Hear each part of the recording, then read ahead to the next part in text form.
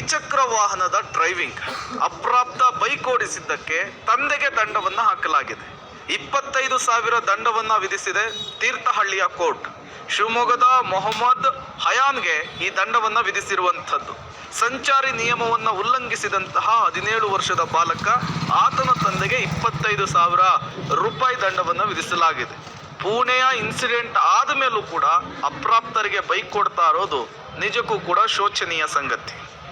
ಹುಬ್ಬಳ್ಳಿಯಲ್ಲಿ ಕರ್ಕಶ ಶಬ್ದ ಮಾಡ್ತಾ ಇದ್ದಂತಹ ಸೈಲೆನ್ಸರ್ಗಳನ್ನು, ಅಂದರೆ ಬೈಕ್ನ ಸೈಲೆನ್ಸರ್ಗಳನ್ನು ನಾಶ ಮಾಡಲಾಗಿದೆ. ಕೆಟ್ಟ ಶಬ್ದ ಮಾಡುವ, ಕಿರಿಕಿರಿ ಶಬ್ದ ಮಾಡುವಂತಹ ಬೈಕುಗಳನ್ನು ಪೊಲೀಸರು ಸೀಸ್ ಮಾಡಿದ್ದಾರೆ. ಬುಲ್ಡೋಸರ್ ಮೂಲಕ 200ಕ್ಕೂ ಅಧಿಕ ಸೈಲೆನ್ಸರ್ಗಳನ್ನು ನಾಶ ಮಾಡಿರುವಂಥದ್ದು. ಜನರಿಗೆ, ನಿತ್ಯ ವಾಹನವನ್ನು ಓಡಿಸ್ತಾ ಇದ್ದವರಿಗೆ ಈ ಸೈಲೆನ್ಸರ್ನಿಂದ ಕಿರಿಕಿರಿ ಆಗ್ತಾ ಇತ್ತು, ಶಬ್ದ ಮಾಲಿನ್ಯ ಕೂಡ ಆಗ್ತಾ ಇತ್ತು. ಇದನ್ನು ತಡೆಯುವಂತಹ ನಿಟ್ಟಿನಲ್ಲಿ ಹುಬ್ಬಳ್ಳಿ ಪೊಲೀಸರು ಕಿರಿಕಿರಿ ಉಂಟು ಮಾಡ್ತಿದ್ದ, ಶಬ್ದ ಮಾಲಿನ್ಯವನ್ನು ಉಂಟು ಮಾಡ್ತಾ ಇದ್ದಂತಹ ಬೈಕ್ನ ಸೈಲೆನ್ಸರ್ ಪೈಪ್ಗಳನ್ನು ನಾಶ ಮಾಡಿದ್ದಾರೆ.